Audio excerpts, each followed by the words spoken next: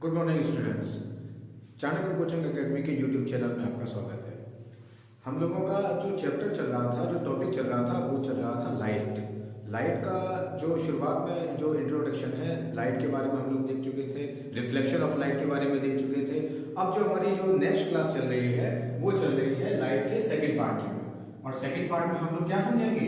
हम लोग समझेंगे मिरर के बारे में, मीन्स दर्पण के विषय में। दर्पण या मिरर, हम दर्पण कहते किसको है, मिरर बोलते किसको है?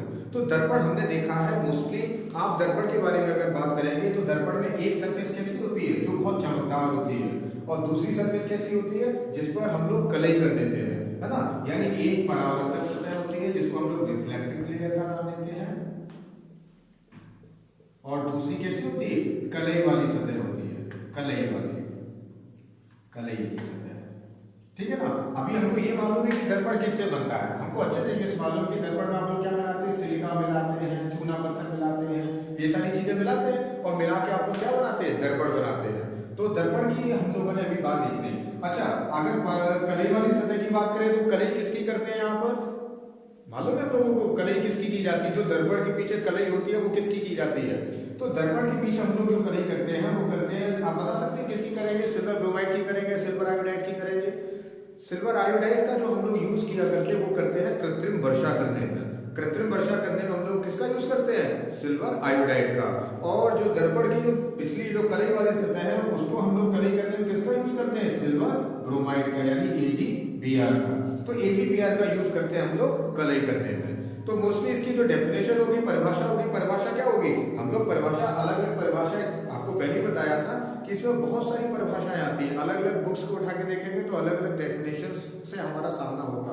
तो डेफिनेशन क्या है, जैसे हम खुद समझ के लिख लें वो हमारी डेफिनेशन है, ठीक है ना। तो दर्पण के बारे में क्या है, हम सीधी सी डेफिनेशन लिख सकते हैं, एक ऐसा चमकदार पृष्ठ जिसके एक सतह पर कलई करके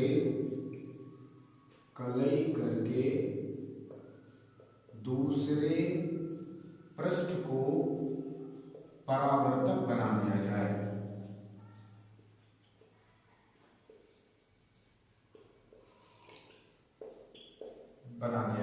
यानी एक ऐसा चमकदार पृष्ठ जिसके एक सतह पर कलई करके दूसरे पृष्ठ को कैसा बना दिया जाए? परावर्तक बना दिया जाए। तो वो क्या कहलाता है? वो कहलाता है दर्पण, ठीक है ना। तो दर्पण की डेफिनेशन इतनी सी है, समझ में आ गई? कोई समस्या तो नहीं? यानी आपने कोई ऐसा चमकदार पृष्ठ लिया जिसके एक सतह पे क्या कर दिया? कलई कर दी। और कलई किसकी करते हैं हम? सिल्वर ब्रोमाइड की। और दूसरे सतह को कैसा कर दिया? परावर्तक बना दिया, ठीक है ना। तो इसको हम लोग नाम देते हैं दर्पण का, दर्पण यानी मिरर का।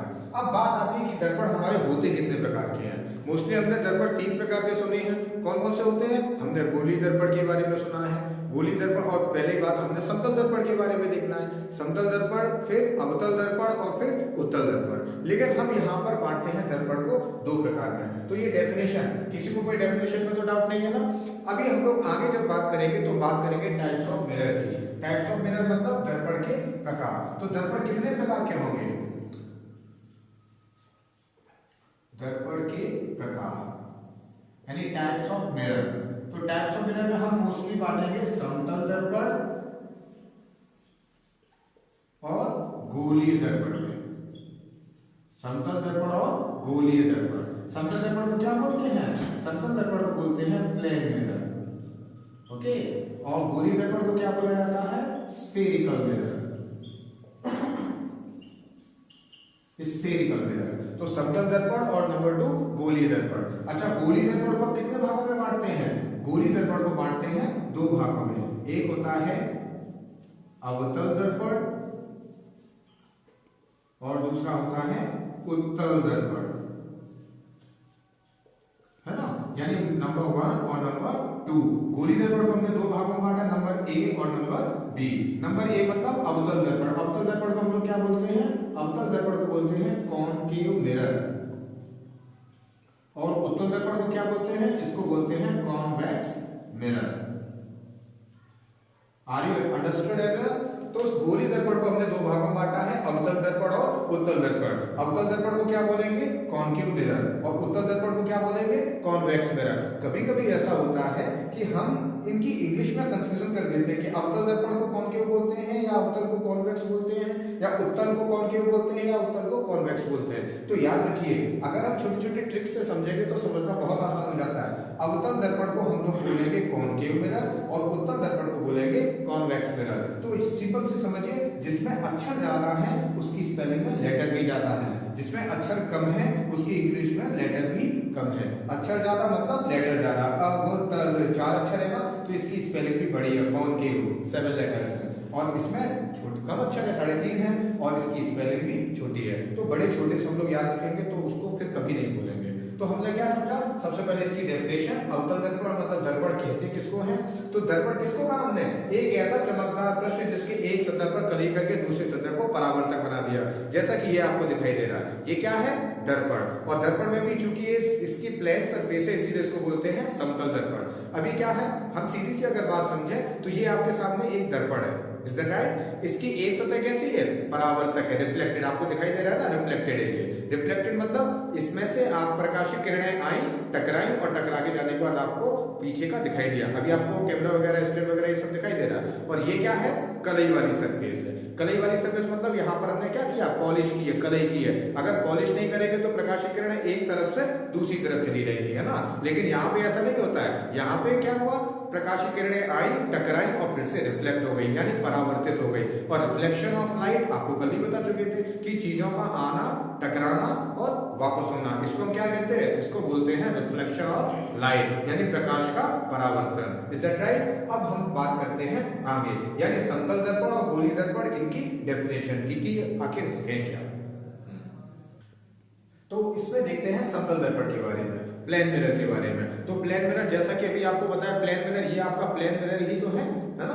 प्लेन मिरर में क्या करना है? एक ऐसा चमकदार पृष्ठ जिसके एक सतह पे कलई करे और दूसरे सतह को कैसा कर दे? परावर्तक बना दे। तो इसको हम क्या कहते हैं? Plane mirror. It is your plane mirror. Plane mirror आपने देखा है ना जीवन में कभी, कि नहीं देखा है? हम लोग कहीं जाते हैं तो बिना शीशे को देखे कहीं जाते हैं क्या? नहीं जाते ना, पहले अपने आप को देखते हैं तब दुनिया को देखते हैं ना। तो ऐसा ही ये प्लेन मिरर है आपका। तो जरा देखते हैं इसकी डेफिनेशन क्या होगी। सीधी सी छोटी छोटी डेफिनेशन है, उनको देखते हैं। एक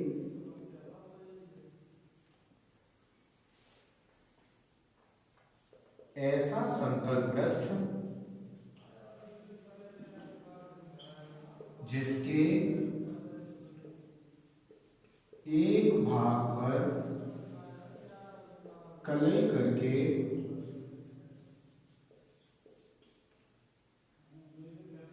दूसरे भाग को परावर्तक बना दिया जाए, समतल दर्पण कहलाता है ना। यानी एक सिंपल सी डेफिनेशन है, एक ऐसा समतल पृष्ठ जिसके एक भाग पर, अब भाग नहीं बोलना तो पृष्ठ बोल सकते हैं, पार्ट बोल सकते हैं, सरफेस बोल सकते हैं, चॉइसेस योर्स, कुछ भी बोलिए।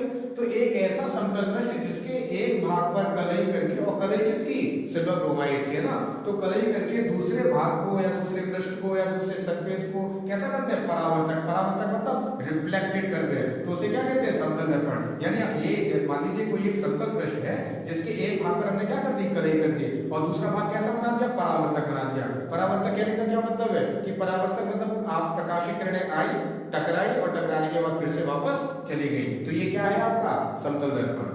दूसरी एक छोटी सी डेफिनेशन अगर हम बोलना चाहे, यहां पर लिखना चाहे, तो क्या हो सकती है? सिंपल डेफिनेशन है कि जिस दर्पण की परावर्तक तल समतल होती है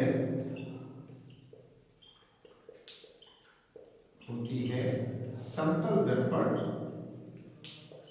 कहलाता है।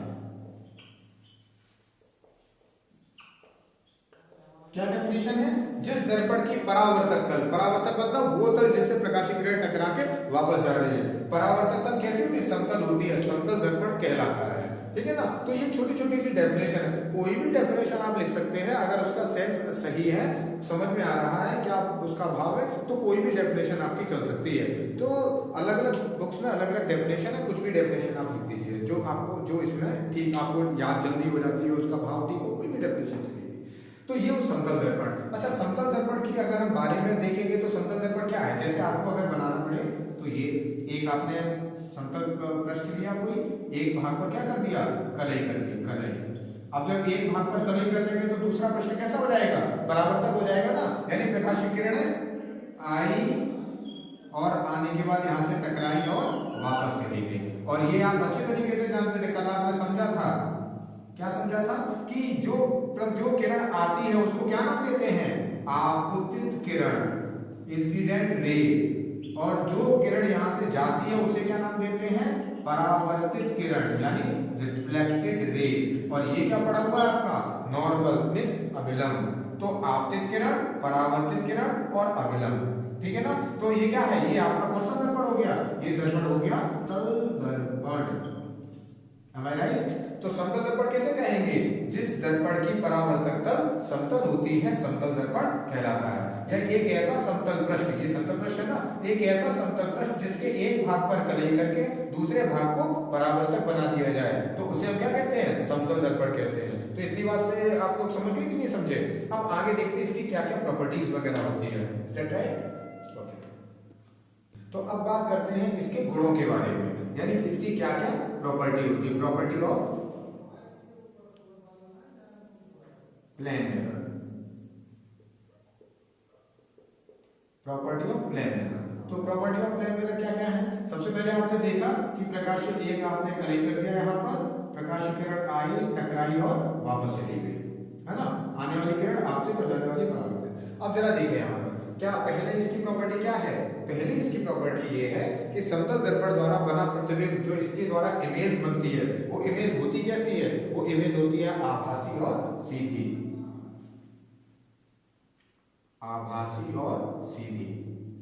यानी आपको क्या है, आपको इमेज जो है वो आपको आभासी यानी बनती हुई इसमें दिखती है, और दूसरा सीधी, यानी आप अगर शीशे के सामने खड़े होते हैं तो जैसी इमेज है आपकी बिल्कुल वैसी सीधी तो दिखाई देती है ना, तिरछी तो दिखाई नहीं देती ना। तो इसीलिए उसके द्वारा जो इमेज बनती है वो बनती है आभासी और सीधी। अगर बात की जाए इसकी फोकस दूरी की, तो फोकस दूरी कितनी होती है, अगर समतल दर्पण की फोकस दूरी की बात करें तो फोकस दूरी होती है इसकी अनंत, इनफाइनाइट। आप इनफाइनाइट तक इससे देख सकते हैं। जैसे आप अपने घर की छत पर शीशे को ले जाएं और शीशे को ले जाके फिर उसके सामने उसमें देखें, आप दूर तक देखेंगे तो दूर तक आपको दिखाई देगा, अनंत तक दिखाई देगा। अब अनंत कहने का मतलब ये नहीं कि अनंत, जैसे आपके लिए जो आप देख सकते हैं जहां तक आपको दिखाई दे रहा है उसके बाद का क्या है, अनंत है। लेकिन अगर छोटे से जीव की बात की जाए, किसी चींटी की बात की जाए, चींटी की बात की जाए, तो उसके लिए अनंत क्या है, आपका कमरा ही उसके लिए अनंत है, क्योंकि उसके बाद उसको दिखाई नहीं पड़ रहा है ना। लेकिन हम लोगों के लिए अनंत, यानी अनंत जो है वो दूरी के हिसाब से, यानी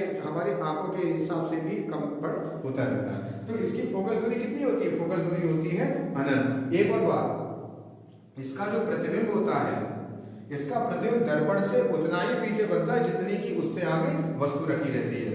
यानी दर्पण से प्रतिबिंब उतना ही पीछे बनेगा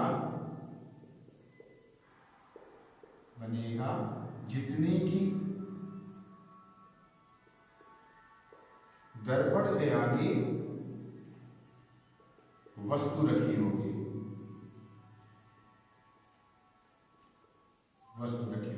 अब इस पॉइंट को जरा समझिए।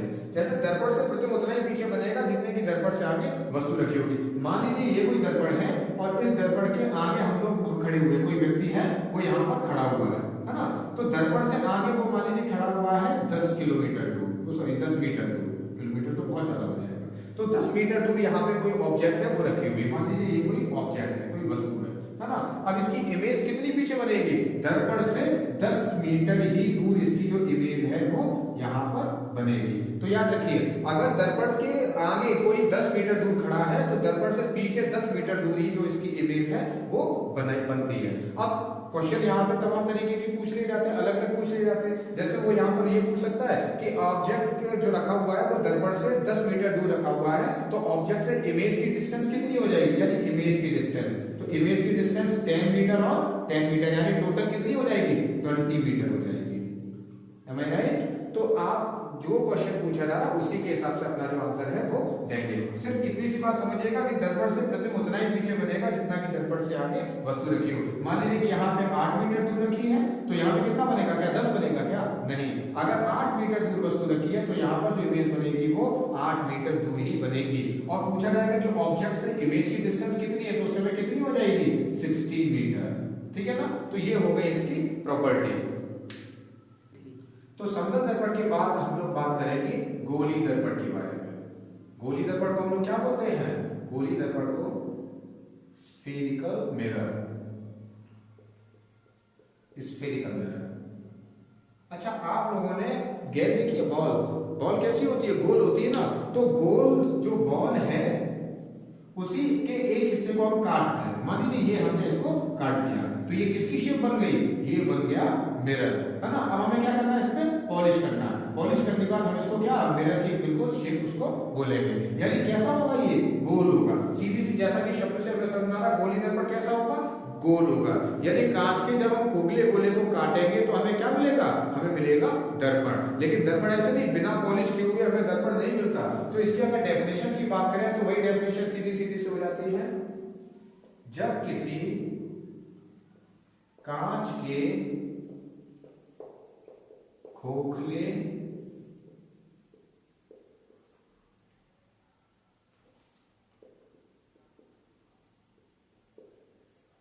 गोले को काटकर उसकी एक सतह पर कलई कर दी जाती है,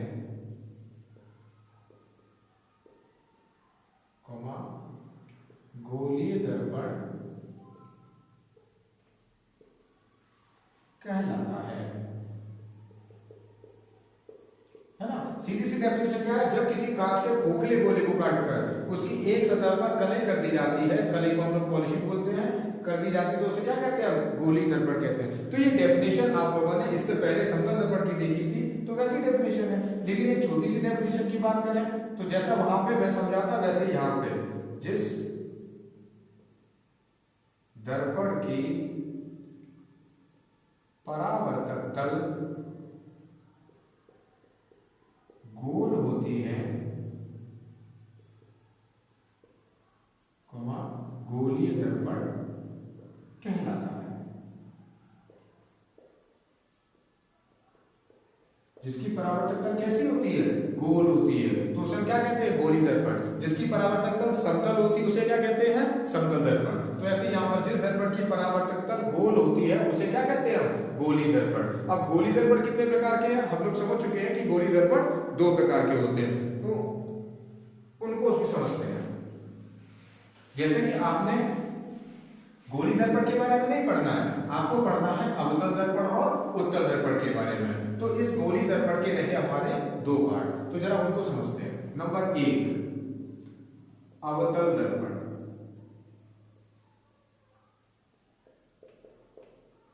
अवतल दर्पण को आपको पहले बताया क्या बोलते हैं, तो कॉनकेव मिरर।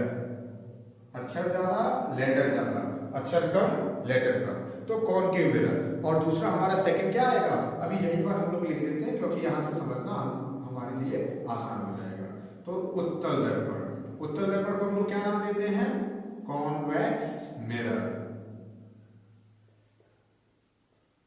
तो अवतल दर्पण और उत्तल दर्पण, अवतल दर्पण और उत्तल दर्पण में एक जो हमारा मेन डिफरेंस है, वो मेन डिफरेंस यहां पर हम लोग समझ लेंगे। तो जरा उसको समझते हैं क्या है। ऐसा दर्पण जिसके उभरे या बाहरी भाग पर कलई करके या दबे पृष्ठ को परावर्तक बना दिया जाए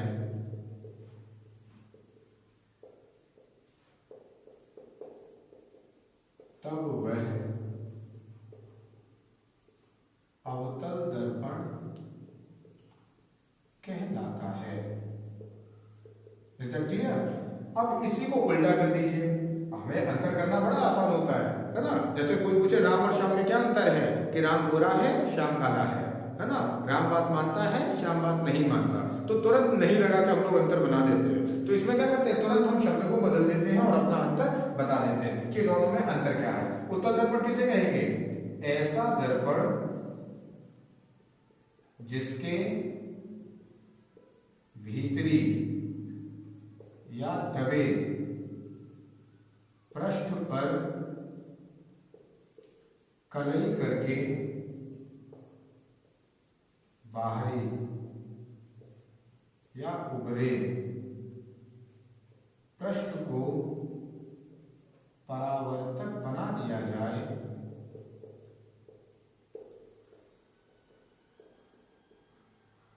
तब वह उत्तल दर्पण कहलाता है। ठीक है, तो ये बात रही। अब जरा समझते हैं कैसे उभरे भाग और कैसे दबे हुए भाग। जैसा कि हमने आपको पहले ही आप लोग देख समझ चुके थे कि किसी जैसे कोई गेंद है, कोई बॉल है, जब हम उसको काटते हैं बीच में से, तो जो बाहर की तरफ भाग रहेगा वो कैसा रहेगा? उभरा, यानी बाहरी भाग। और जो भीतर वाला भाग होता है उसको हम कहते हैं दबा पृष्ठ या भीतरी पृष्ठ। तो समझिए, जैसे कि ये हमने बात की है ना, यानी ऐसा दर्पण जिसके उभरी या बाहरी भाग पर कलई कर दें। तो बाहरी भाग पर हमने कलई कर दिया और भीतरी पृष्ठ कैसा हो गया? परावर्तक। परावर्तक कहने का मतलब प्रकाश की किरण आई, टकराई और टकराने के बाद में वापस चली गई, है ना? तो इसको हम लोग नाम क्या देते हैं? इसको नाम देते हैं परावर्तक तल का। तो वह ऐसा दर्पण जिसके बाहरी भाग पर कलई करके भीतरी पृष्ठ को कैसा बना दे? परावर्तक बना दे, तो वे क्या है? अवतल दर्पण। और दूसरी बात क्या है? इसको ऐसे कर दीजिए, यहां पर हमने कर दिया कलई और ये प्रकाश किरण आई, टकराई और वापस चली गई जब, और ये हो गई हमारी परावर्तक सतह। अब जरा समझे, ऐसा दर्पण जिसके भीतरी या दबे हुए पृष्ठ पर कलई करते हैं तो बाहरी पृष्ठ कैसा हो जाए? परावर्तक हो जाए। ये भीतरी पृष्ठ पर हमने कलई कर दी तो बाहरी पृष्ठ कैसा हो गया? परावर्तक हो गया। तो ये निकाय क्या कहलाएगा? उत्तल दर्पण कहलाएगा, है ना? तो सीधी सी बात रही हमारी अवतल दर्पण और उत्तल दर्पण की। अवतल दर्पण किसे कहते हैं? जिसके बाहरी पृष्ठ पे कलई करे, भीतरी पृष्ठ परावर्तक बन जाए। उत्तल दर्पण किसे कहते हैं? जिसके दबे हुए पृष्ठ या भीतरी पृष्ठ पे कलई करे और बाहरी पृष्ठ परावर्तक बन जाए, तो उसे हम नाम देते हैं दर्पण का। तो जैसे समझिए, समतल दर्पण अगर हम ऐसी बताएंगे, समतल दर्पण किसे कहते हैं? जैसे आप अपने सिंपली अपने हाथ को लीजिए, है ना? अपने हाथ को आप बिल्कुल स्ट्रेट किए हुए हैं और मान लीजिए कि जो हमारे हाथ के दो पार्ट्स है ना, एक जो आगे पार्ट्स रहता है ये फेयर पार्ट्स होता है, जो पीछे पार्ट्स है ये डार्क पोर्शन है हमारे हाथ का, है ना? तो मान लीजिए कि जो डार्क पोर्शन है वो क्या है? कलई है। उस पर हमने क्या कर दी है? कलई कर दी। और ये जो फेयर पार्ट है इसको हमने कैसा कर दिया? परावर्तक बना दिया, है ना? तो ये निकाय जब बिल्कुल स्ट्रेट है, बिल्कुल समतल है, तो इसको क्या कहेंगे हम? समतल दर्पण कहेंगे, है ना? तो समतल, ये क्या है आपका? समतल दर्पण। और इसी को थोड़ा अगर बेंड कर दे, ऐसा घुमा दे, तो ये कौन सा दर्पण बन गया आपका? ये दर्पण बन गया अवतल दर्पण। जैसा ये देखिए, ये आपने इसके ऊपर रखा ना, तो ये कौन सा बन गया? दर्पण। यानी कौन सा है? अवतल दर्पण, जिसके बाहरी भाग पर कलई कर दी और भीतरी भाग कैसा बना दिया? परावर्तक बना दिया। और इसी को अगर बेंड कर ले, ऐसा लगा दे, तो ये कैसा दर्पण हो गया? ये हो गया उत्तल दर्पण, ठीक है ना? तो ये ऐसा कर दिया तो अवतल, है ना? यानी बाहरी भाग पर कलई कर दी और भीतरी भाग को क्या बना दिया? परावर्तक बना दिया। और अगर ऐसा कर दिया तो ये भाग क्या हो गया? ये हो गया उत्तल दर्पण, यानी जिसके दबे हुए पृष्ठ पर कलई होगी और बाहरी पृष्ठ कैसा हो गया? परावर्तक बन गया, है ना? अभी आपको कोई ऐसे दिखा तो क्या समझेंगे कि वो क्या दिखा रहा है? वो आपको क्या दिखा रहा है? वो दिखा रहा है समतल दर्पण। और ऐसा कर देंगे तो वो क्या दिखा रहा है? वो दिखा रहा है अवतल दर्पण। और ऐसा है तो क्या है? वो है उत्तल दर्पण। एम आई राइट? ओके। तो नेक्स्ट हम देखते हैं अवतल दर्पण के उपयोग, यूजेस ऑफ कॉनकेव मिरर। तो अवतल दर्पण का उपयोग हम लोग करते कहां पे हैं? जैसा कि अभी आपने देखा था कि समतल दर्पण का उपयोग हम लोग कहाँ करते थे, अपना चेहरा देखने के लिए करते थे। डे टू डे लाइफ में हम लोग इन दर्पण का यूज करते हैं। अब कहाँ कहाँ करते हैं, कहाँ कहाँ हमने दर्पण को देखा है, जैसे हम लोग सुबह या कहीं भी जाते हैं तो सबसे पहले क्या देखते हैं, समतल दर्पण, है ना। तो दर्पण का यूज वहां पे हुआ कि नहीं हुआ। हम गाड़ी में बैठे हैं, गाड़ी का जो साइड मिरर है उसमें भी कोई ना कोई दर्पण है। आप लिफ्ट के एलिवेटर में जा रहे हैं तो सामने दर्पण लगा हुआ है, वो भी कोई ना कोई दर्पण है, ठीक है ना। आप शेविंग करवाने के लिए जा रहे हैं, वहां पे कोई दर्पण लगा हुआ है, वो भी एक दर्पण है। यानी हम लोग कहीं ना कहीं डे टू डे लाइफ में इनका यूज करते रहते हैं। तो अवतल दर्पण का यूज कहाँ करते हैं, तो अवतल दर्पण का यूज हम लोग करते हैं, पहले तो ये बात समझिए हम लोग करते कहाँ हैं, जहां पर छोटी वस्तु का बड़ा प्रतिबिंब बनाना होता है। यानी छोटी वस्तु का जहां बड़ा प्रतिबिंब बनाना होता है वहां पर हम यूज करते हैं अवतल दर्पण का। छोटी वस्तु का बड़ा प्रतिबिंब कहने का क्या मतलब है, जैसा कि शेविंग मिरर,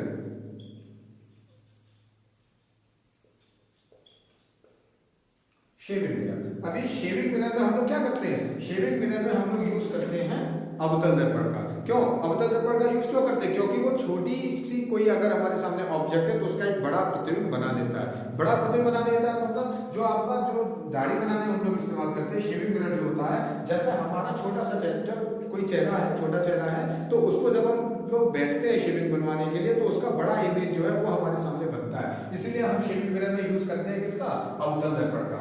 और इसका यूज कहाँ करते हैं, जैसा कि आपने देखा होगा कि हमारे जितने डॉक्टर्स होते हैं, है ना, उनके जो ऑपरेटर्स होते हैं, जितने जैसे डेंटिस्ट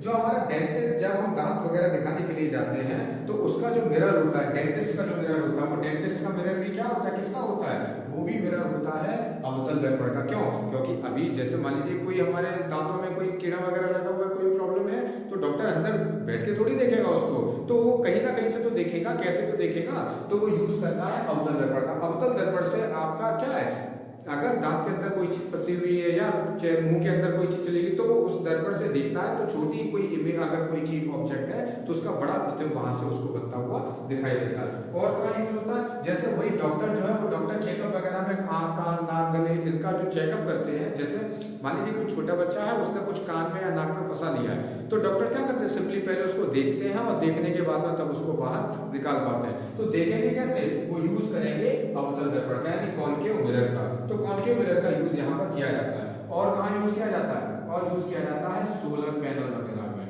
तो सोलर पैनल में भी हम लोग यूज करते हैं अवतल दर्पण का। क्यों, क्योंकि वहां से बहुत ज्यादा चीजें एक साथ फोकस हो जाती है, फोकस से फिर हमें वहां से वो जो हीट है या जो उसकी लाइट है वो हम ऑब्जर्व कर सकते हैं। तो यहाँ पर हम लोग यूज करते हैं इसका। और कहाँ यूज करते हैं, जो डॉक्टर्स हैंड मिरर होता है, जो डॉक्टर यहीं पर हम लिखते हैं,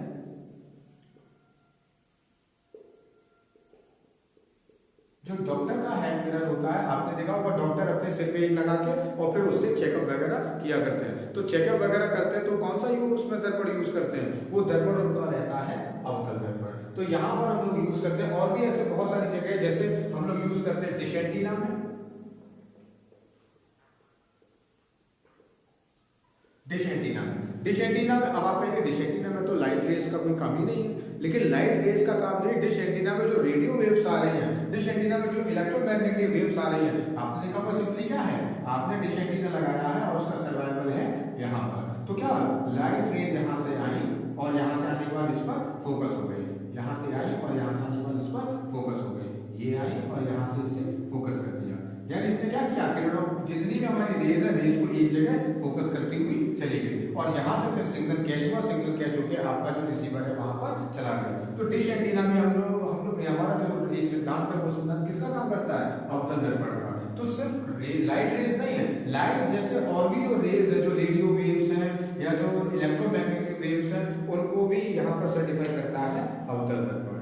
तो ये रहा अवतल दर्पण का यूज। अब नेक्स्ट देखते हैं उत्तल दर्पण। हम लोग उत्तल दर्पण का कहाँ प्रयोग करेंगे, स्टार्ट। तो अब देखते हैं उत्तल दर्पण का प्रयोग। तो उत्तल दर्पण का प्रयोग हम कहाँ करते हैं, जहां बड़ी वस्तु का छोटा प्रतिबिंब बनाना होता है, बड़ी वस्तु का छोटा प्रतिबिंब, वहां पर हम लोग यूज किसका करेंगे, उत्तल दर्पण का। जैसे जैसे कि हम लोग समझ सकते हैं कि जो वाहनों में साइड मिरर होता है, number 1 side mirror. Side mirror जैसे हम लोग ने देखा है ना, गाड़ी वगैरह में हम लोग बैठते हैं तो जो साइड में मिरर लगा होता है वो उसमें क्या होता है, उसमें होता है प्रयोग उत्तल दर्पण का। क्यों? क्योंकि उसमें बड़ी वस्तु का हमें छोटा प्रतिबिंब बनाना है। जैसे मान लीजिए कि गाड़ी के पीछे कोई ट्रक वगैरह आ रहा है तो ट्रक का हम क्या करते हैं, उसका छोटी सी इमेज कहाँ बन जाती है, हमारे साइड मिरर में बन जाती है। ठीक है ना, अगर 2-4 ट्रक या 2 या कोई भी अगर उसके पीछे चल रहे हैं तो उनकी एक छोटी सी इमेज हमारे साइड मिरर में बन जाती है। तो वहां पर यूज हम किसका करते हैं, यूज करते हैं उत्तल दर्पण का। और कहाँ यूज होता है इसका, जैसे कि हमने देखा है, जो आपने दुकानें वगैरह देखी होंगी, दुकानों में ऊपर की तरफ आप देखते हैं कि उसमें क्या होता है, इमेज एक बन जाती है ना। और उसमें यूज करते हैं हम शॉप में एक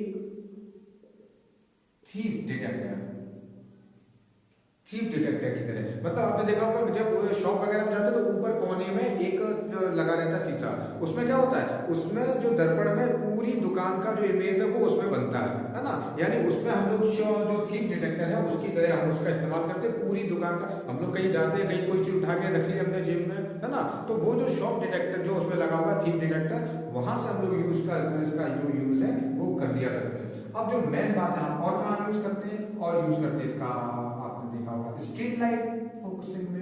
स्ट्रीट लाइट फोकसिंग में भी हम लोग यूज करते हैं उत्तल दर्पण का, है ना, क्योंकि वो सब एक उस पे बिंदु पर प्रकाशित कर दिया करता है। अच्छा, अभी हम एक नॉर्मली सा एक क्वेश्चन पूछा जाता है आपसे कि हम लोग साइड मिरर में समतल दर्पण का प्रयोग क्यों नहीं करते, यानी जो गाड़ियों का साइड मिरर है उसमें समतल दर्पण का प्रयोग आखिर हम करते क्यों नहीं है। अब सीधी सी बात है समझने वाली, समतल दर्पण का प्रयोग अगर वहां पर करेंगे तो समतल दर्पण में उतना ही प्रतिबिंब बनाएगा जितना की वस्तु है ना। अभी हम उत्तल दर्पण का प्रयोग करते हैं तो उत्तल दर्पण में जो पीछे बड़ी वस्तु आ रही है, यानी बड़ा कोई ट्रक आ रहा है तो उसका एक छोटा सा इमेज हमारे उसमें उत्तल दर्पण में बन जाया करता है। इसीलिए वाहनों के साइड मिरर में हम कभी भी समतल दर्पण का प्रयोग नहीं करते, हमेशा उत्तल दर्पण का ही प्रयोग करते हैं। अभी आपने देखा होगा, जैसे आप स्पून से समझ लीजिए, है ना, can anyone give me a spoon, spoon, जैसा कि ये स्पून है, चम्मच है ना। अभी ऐसी चम्मच को राष्ट्रीय चम्मच घोषित कर देना चाहिए अगर भारत सरकार इतना अधिकार दे तो ये, क्योंकि ये अमूमन सबके घरों में पाई जाती है ना, आपके घरों में भी ये चम्मच होगी तो राष्ट्रीय चम्मच का है। अच्छा, अब जरा देखें, आप अपनी इमेज को इसमें देखें, जब आप इमेज को इसमें देखते हैं, शीशे में देखते हैं, जहां से आप ब्लैक पोर्शन में है यहां से देखते हैं, आप देखिए जहां से हम लोग कुछ खाते हैं यहां से अगर इमेज को देखेंगे तो इमेज कैसी है, उल्टी आपकी बन रही है ना, यानी अवतल दर्पण की तरह ये काम कर रही है। और अगर इसको हम ऐसा करके देखते हैं तो आपकी सीधी इमेज जो है वो आपको यहाँ पर बनती हुई दिखाई दे रही है, यानी। और लेकिन क्या कैसा हो गया, छोटी सी इमेज आपकी बन गई। जब ऐसे देखते हैं तो बहुत बड़ी इमेज बनती है और पास लेके आते हैं बड़ी इमेज बनती है, और जब इसको उल्टा कर देते हैं तो इमेज कैसी हो जाती है, इमेज छोटी हो जाती है, यानी बड़ी ऑब्जेक्ट का एक छोटा सा जो इमेज है वो आपको इसमें बनता हुआ दिखाई देता है। यानी आप नॉर्मली स्पून से भी समझ सकते हैं अपने अवतल दर्पण के बारे में और उत्तल दर्पण के बारे में। तो ये रहे इनके यूजेस। तो अभी तक हमने देखा था, हमने मिरर के बारे में देखा, मिरर के पार्ट्स देखे और पार्ट्स के बाद में इसके यूजेस देखे। इसके बाद की जो क्लास है वो आपके नेक्स्ट वीडियोस में, तब तक के लिए गुड बाय।